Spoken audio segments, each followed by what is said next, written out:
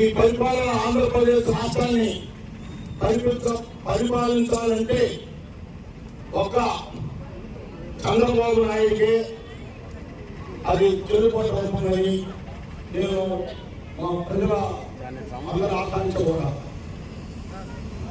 చంద్రబాబు నాయుడు 24 వరకు ముందున్న గవర్నమెంట్ లో ఎన్ని కష్టాలు వచ్చినా ఎన్ని అప్పులు చేసినా కనీసం దాన్ని సమకూర్చుకుంటూ నెలకి 1వ తేదీ వచ్చేకి పెన్షన్ డబ్బులు కానీ అందరూ జీతాలు కానీ పోయిన గవర్నమెంట్ లో చేసిన బిల్లులు కానీ 70% తీసుకుంటూ ఆ ఘనత ఒక చంద్రబాబు నాయుడు గారికి తగ్గిందని మనం తెలుసుకోవాలని కోరుతున్నాం.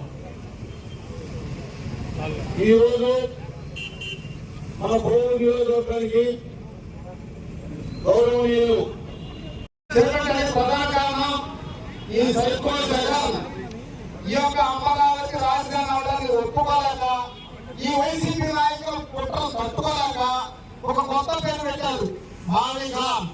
అంటే మావిగాన్ అంటే మత్స్యపట్నంలో విజయవాడలో గుంటూరులో గన్నట. గన్ అంటే తుపాకీ.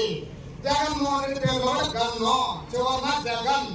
ఆ గన్ కావాలంటే గన్ తో మడలు చేయడానికి మావిగాన్ అనే పేరు కొత్త పేరు కనిపెట్టిన జగన్మోహన్ రెడ్డి మనం జగన్మోహన్ రెడ్డి సన్మానం చేయాలి. ఎందుకంటే పిచ్చి వాళ్ళలో మొదటి ప్లేస్ ఎవరైనా ఉన్నట్టే ఒక్క జగన్మోహన్ రెడ్డికే దక్కుతుంది. కాబట్టి పిచ్చి వాళ్ళ నెంబర్ 1 జగన్మోహన్ రెడ్డికి మనం తప్పకుండా ఒక ఆంధ్ర రాష్ట్ర ప్రజలు 5 కోట్ల మంది జనాలు తప్పకుండా ఆయనకి సన్మానం చేసి పిచ్చి హాస్పిటల్ చేర్పించి ఆయనకి సముచిత స్థానం కల్పించాలి.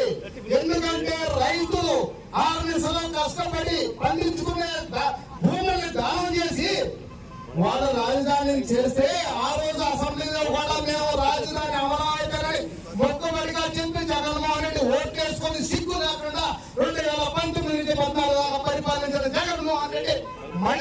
అధికారంలోకి వచ్చిన తర్వాత 3 రాజధానులు 3 ముక్కలాగా పేకాటలాగా చేసి పెట్టి ఆంధ్ర రాష్ట్రం నష్టం చేస్తా ఈ జగన్మోహన్ రెడ్డి ఈ రోజు నారా చంద్రబాబు నాయుడు గారిని ఆదరించిన ఆంధ్ర ప్రజలు 164 సీట్లతో నువ్వు పనికిరావు జగన్, నీకు పరిపాలన చేత కాదు జగన్, నువ్వు అనర్హుడివి, నీకు ఏమీ చేత కాదు, మీ నాయన్ని అడ్డం పెట్టుకొని మీ నాయన సానుభూతితో ఆంధ్ర రాష్ట్ర ప్రజలు, ఎందుకంటే ఆంధ్ర రాష్ట్ర ప్రజలు ప్రేమ మనది ఎక్కువ, జాలి ఎక్కువ, ఆ జాలితో నిన్ను ఒక్కసారి నువ్వు అడిగింది కూడా ఒక్కసారి ఒక్క అవకాశం ఇవ్వండి, నేను ఆంధ్ర రాష్ట్రం ఎలా నాశనం చేస్తానని చూపించావు.